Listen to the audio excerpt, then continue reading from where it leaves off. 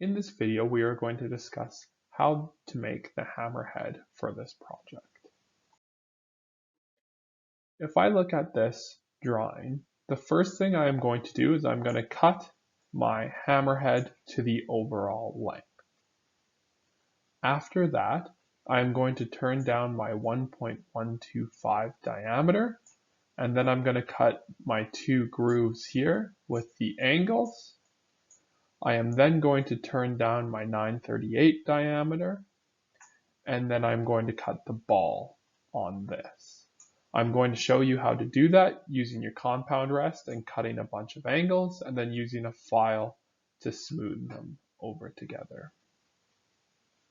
What I'm going to just briefly touch on is how I am going to cut my groove here. What I'm going to do is I'm going to come in with my grooving tool, and I'm going to touch my 1.125 diameter. I am then going to feed in until I get to 875.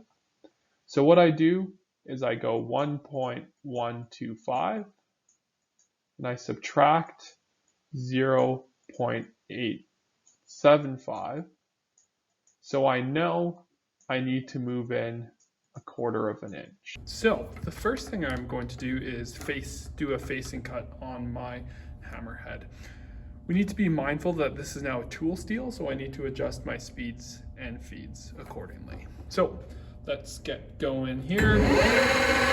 So I'm just going to take a nice light finishing or a facing cut just to clean this face up here. I just want to clean it up just enough until I have all of that yellow surface gone. So I have a nice clean face here. What I'm going to do is flip it over, and now I'm going to face it, and then I'm going to face it to my final length. So I pulled my piece out. I'm just going to take a quick measurement here.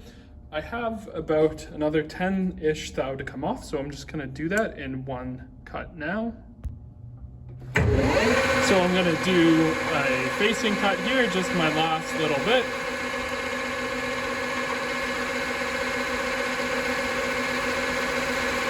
So I have my piece now to its overall. Now that I have my piece to the overall length, what I'm going to do is I'm going to start to turn down these diameters, then I'm going to cut the grooves into it. I have my hammerhead sticking out now. I have it sticking out just over 2 inches. So what I'm going to do is I'm going to turn my 1.125 diameter pretty much up to the second groove that you see. This stock, the only stock that I had is 1 1/8, so it's a little bit big, so I'm just going to take a nice light skimming cut just to give it a nice surface finish.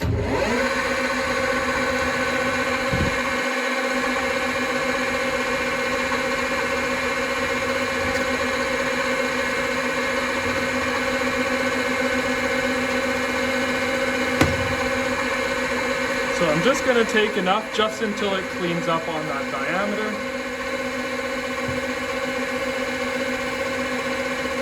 And again, my safe stick out distance is 3 times the diameter. So I have 1 1/8. So the furthest I could stick this piece out is 3 3/8 of an inch. So I'm well within that safe operating distance there. So I have turned this piece, now I'm going to cut the grooves. So I know that my groove now is 965 thou away from the face of this part. So what I'm going to do is I'm going to touch the face of the cutting tool, like so. And then I'm going to set my sticky back dial here. And I'm going to move 965 thou. So 1, 2, 3, 4, 5, 6, 7, 8, 9, 50, 65 here. Again, I'm just going to do a small indent, take a measurement, and make sure I am where I need to be. So I've calculated now that I need to go 1/4 of an inch in from the touch of my outside diameter. So what I'm going to do is I'm going to slow this RPM down since I have a significant amount of surface area contact.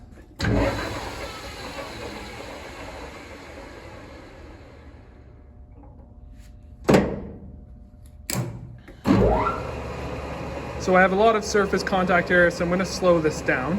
So what I'm going to do is I'm just going to bring my cutter into the workpiece, and I'm just going to do a nice light touch here. So I'm touching here. So I'm going to set my 0 right here. And then I know I need to move this in 1/4 of an inch to get to the diameter I want. I'm also going to stop at a few points and use my calipers to measure. If you have a blade mic, you could also get in there. Now I'm feeding in. I'm just doing a grooving operation here. And I'm just going to keep on breaking the chips. I'm at 100 thou here.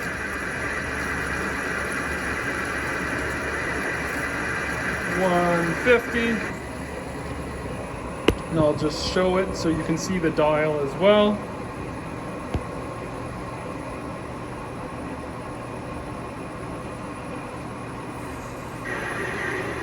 I'm at 200, and I'm at 250 here. So I now have my groove at the correct diameter of 875. So now I need to move my 700 thou from the back end of my insert to where that taper should start. So I'm going to touch off my workpiece. I'm going to need to compensate the 1/8 of an inch that I have for my cutter. So 125 thou here. So if I look, the back end of the cutter's in line with the face of my workpiece. Now I need to move over the distance of 700 thou. So again, I have my sticky back dial set. So I'm gonna go 1, 2, 3, 4, 5, 6, 7. So this is the start of my tapered section. So what I'm gonna do is I'm gonna feed in with my cross slide until I start to touch here, and then I'm going to use my compound rest to feed in on the angle. So now looking from the tailstock, I'm gonna get this going in, and I'm just gonna go in until I start to see it touch. So I have contact there, I have chips coming off. Now I'm just gonna use my compound rest, and I'm gonna feed in on that 45-degree angle.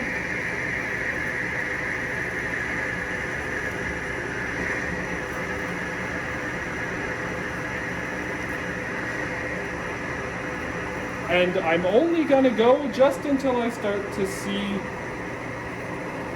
the bottom of that tool touch the bottom diameter that I already have machined. So I have that set in here. And now I can move this out of the way. Compound rest set to 35 degrees the other way to do the angle this way. This is another way that I can cut it. I'm just gonna, I've touched off all of my, my lengths. So all I'm gonna do is I'm just gonna bring this in until it starts touching on the diameter and feed it out on an angle like that. So let's do that. Okay, so I have my part flipped around now, and what I'm going to do is I'm going to turn the ball end down, and then I'm going to cut the groove and then put the chamfers on and then blend it all together with a file. So first thing I'm going to do is I'm going to touch off my workpiece on the face. I'm going to zero this out, and then I'm going to move it over 645 thou. So 1, 2, 3, 4, 5, 6, 45. And I'm just gonna make a little indent here. And I'm gonna give that a quick measurement once I put the machine in neutral to make sure that's where I want it to be. So I'm at 645, perfect. And then I'm gonna again move my spring-loaded sticky back dial. So I'm gonna put this at 0, no preload. I'm gonna put it down here, and I'm going to push this in.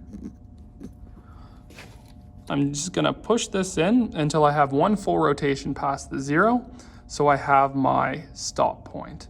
So again, I'm gonna turn a shoulder for this diameter. So I have 0, and I have my 645, so now I can start to take my cuts here. I'm gonna get this going, I'm gonna touch off, and again, I'm gonna zero out my dial here. So I have this set to 0, and again, my handle's not moving, I have this set to 0, right here, and then I can start to take some material down. And what I want you to do is just keep an eye in the bottom left on that dial there. Okay, so I'm just gonna take a 25 thou cut just to figure out and learn where I'm at.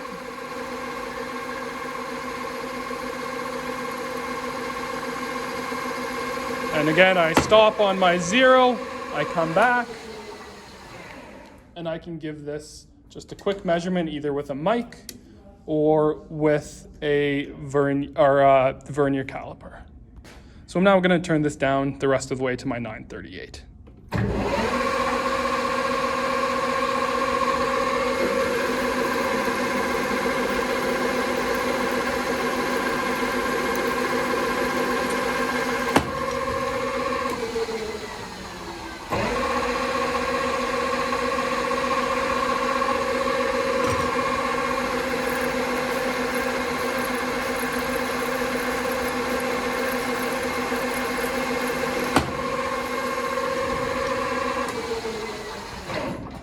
So I have a little bit of kind of a lip here left over from my turning operation. What I'm gonna do is I'm gonna switch the feed direction on the headstock of my machine. So what that does now is it allows me to feed backwards in this direction. So if I turn this on and I engage my feed, my tool is moving in this direction. So that allows me just to touch on the diameter and feed back. So I can just come in here, I'm just gonna lightly touch that diameter there.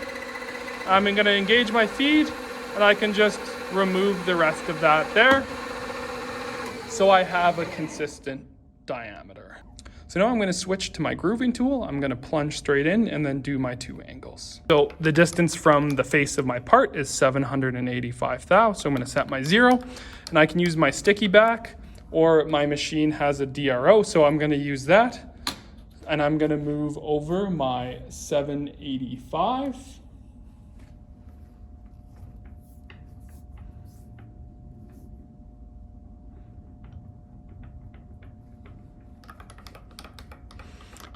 And what I'm gonna do is the exact same process. I'm gonna touch that diameter, and I'm gonna move in my 1.125, which is this diameter, and I'm going to 719.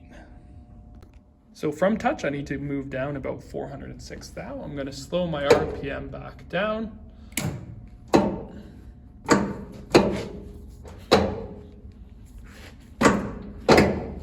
And then I'm gonna feed down. So, oh, that's too slow.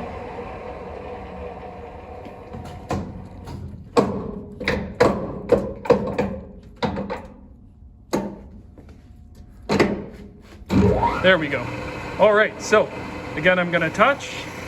I set 0, and I need to move in my 400 thou distance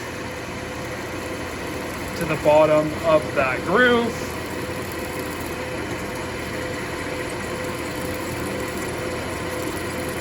So I'm at 250 here, 300. I'm gonna just back that out, clear the chip out, and then keep finishing that there.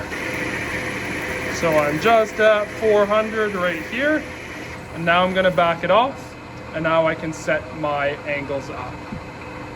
From the face to the start of that groove again is 536 thou on the 45, but I also need to compensate for my tool. So I'm going to 0, I move 125 thou, 0 that out, and now I need to move that 536. 536 right here. And again, I'm going to feed in on a 45-degree angle until I just start to touch that diameter there. So I'm going to get this turning. I'm going to move in until it starts to see it touch. And then I'm going to feed in on with the cross slide on my 45.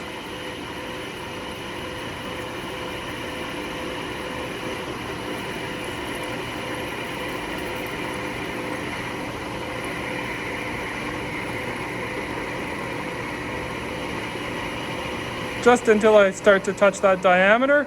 So I'm good here. I can move it out. Now I'm gonna set up my 35.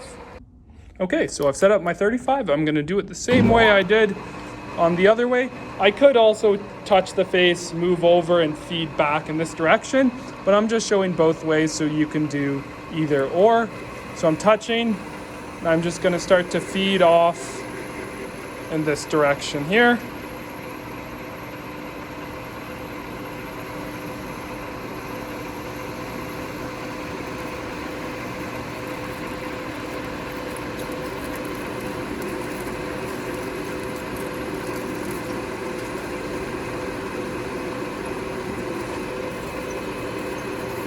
Just feeding nice and slow.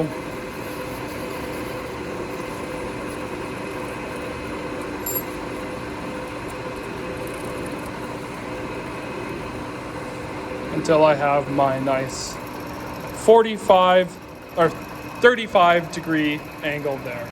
Making my ball peen hammer, what I need to do is I need to lay out a couple diameters and a distance. So I'm going to go to the layout table and use layout blue to do this.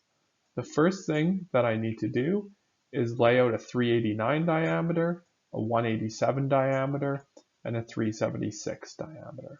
So I need to lay that out, the diameters on the face of my part, and then the distance on the outside diameter. So the first thing I'm going to do is I'm going to lay out a 187 diameter, then a 389, and then a distance of 376 from the face.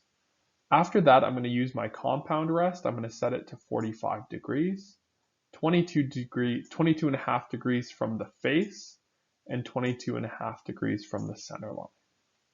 So the first cut I'm going to do is 45 degrees, and that's my 389 distance, so it's going to be something like this. My second cut is going to be 187, and that's going to be 22.5, so it's going to be something like this. And then my third cut is 22.5 from the center line to the 376 distance, and it's going to be something like this. After that, I can use a file to polish all of the high spots down to have a nice uniform shape. Now I need to lay out all of those lines that I have here. So I'm going to grab a can of just some layout blue. I'm going to put it onto my hammer head on the back end of this ball part. And then I'm going to lay everything out from there. So I have layout blue all over here. The first line I'm going to lay out is the 376 from this face here. So to do that, I'm going to go over to the height gauge and lay that out. So I have this zeroed out. I'm going to go up my 376. And I'm just going to describe that line all the way around right here. So I have a nice clear 376 line here. Now I'm going to use a pair of dividers. I'm going to lay some circles out from the center here. The first one I'm going to lay out is 187 thou. I can do this a few ways. I can use this with a ruler, or I can just use a pair of calipers and set it from here. So I have these set to 93, and all I'm going to do is take these and just line it up like so. Then I'm just going to hold this on the center mark. I laid out a center mark, so I used just a ruler and just laid it out. So I have my center mark. I'm just gonna lay it out from here. So I have my 187 diameter. And then I'm gonna lay out my 389 diameter. So I'm gonna set my calipers to half of that. So I have them set to 195, and I'm just gonna lay them out from that center point. Okay, so now I am going to cut that 389 diameter by 45. So if I look, I have my compound rest set to 45, and I'm just gonna take it until I can measure a diameter of 389.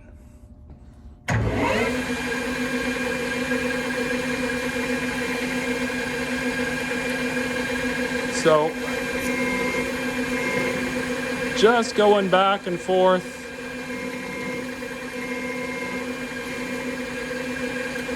Until the blue diameter that I see here, until that blue diameter, sorry, just let me get a better view. Until that blue diameter is measuring 389, that's when I want to stop. So I'm just going to keep going until I get to that point that I can see that I laid out. Or what I can do is I can stop it, put it in neutral here, and I can measure the 389 diameter right here. So I still have a little ways to go, and I'm just going to keep on going back and forth until I reduce that down.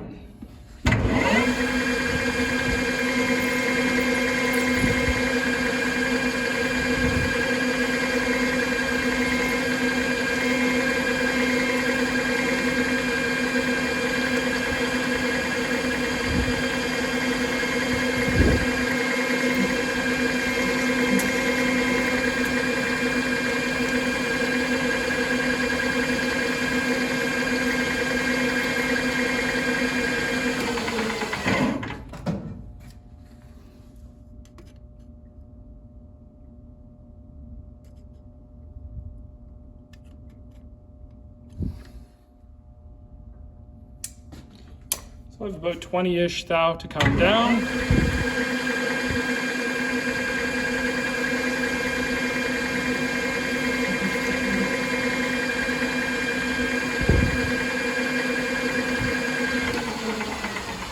And that should be that angle there.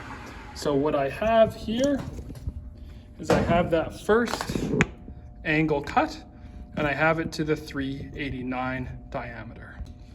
Now from here, I want to swivel this from cut number 2 is my 22.5 degrees from the face of my part, okay? So what I mean by that is I am going to have to move this out of the way, and I'm going to swing this so that it is sitting square here. And if I look down at the angle here, I have it set to 0 here. From here, I'm going to swivel it my 22.5 degrees. 22.5 degrees from here. So if I look, I'm at 22.5. And then what I'm going to do is I'm going to put my tool in so it's sitting as square as possible. And I'm gonna tighten both sides down here. So this 22.5 degree is I'm gonna be taking it from this edge right here. So that 389 diameter, I'm gonna bring that down to my 187 diameter, okay? So, get you a better view from up here. So I'm just gonna touch this off exactly like I did beforehand. Okay, so I'm just going to go back and forth like this until I start to see it touch, and then I'm gonna move it down. So I'm gonna go back and forth, I'm moving it down.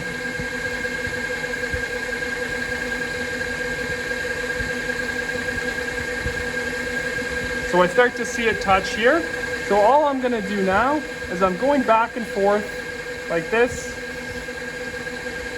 just until I bring it down to a diameter of 187.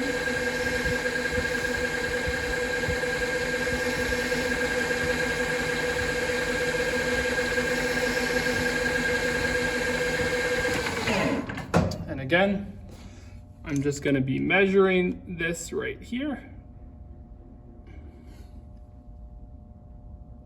until I take this diameter down to 187. So I'm just going to take this down some more.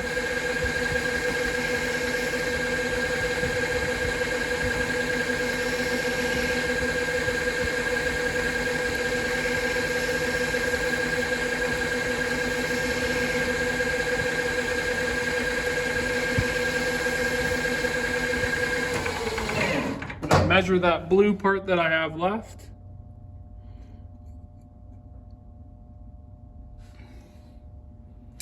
About 25-ish more thou to go.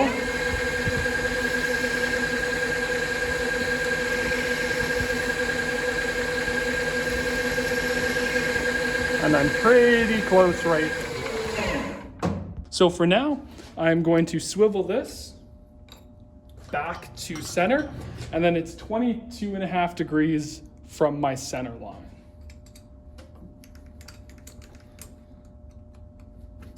So I go back to my 0 here, and then I'm gonna offset it 22.5 degrees this way. So 10, 22.5. So I have my 22.5 set here. I'm gonna turn my tool and then start making some chips again. So I have my 22.5 degrees here. And now all I'm gonna do is I'm gonna put the chamfer, from this corner all the way until I hit that line right there. So just like I did in all the other steps, I'm gonna get this going. And I'm just gonna go back and forth on my compound rest until I start to see a chip come off. So I see a chip come off, and now I'm just moving my cross slide in while I'm going back and forth here.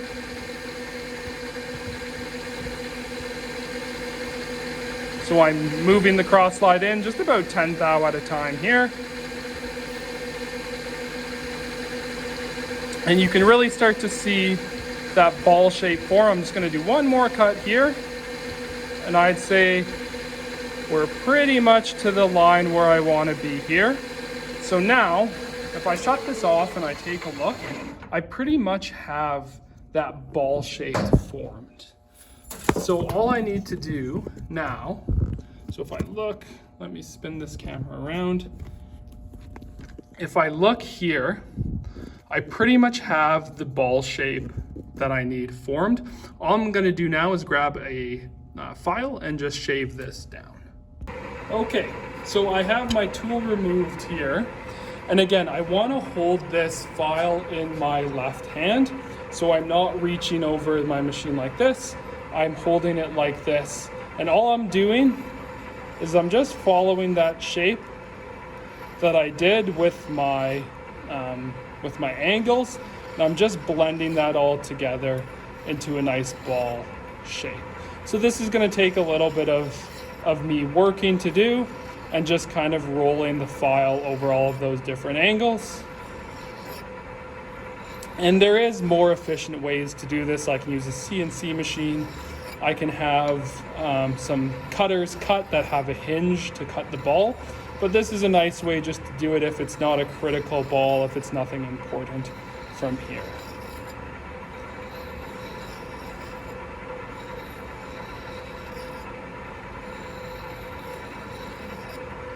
Here's it from a different view here. Again, I'm holding it in my left hand and I'm just rolling this on. I want to make sure I'm keeping my hand away at all times from that chuck, but this file is safe to use as long as it's in my left hand.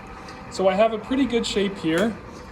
I could set up my emery block for polishing if I wanted to get it a little bit better, but that is all that I have for this part. So the last part of this would be going over now to a milling machine and drilling and tapping a hole so I can connect it here, and we'll go over that in future videos. Thanks for watching.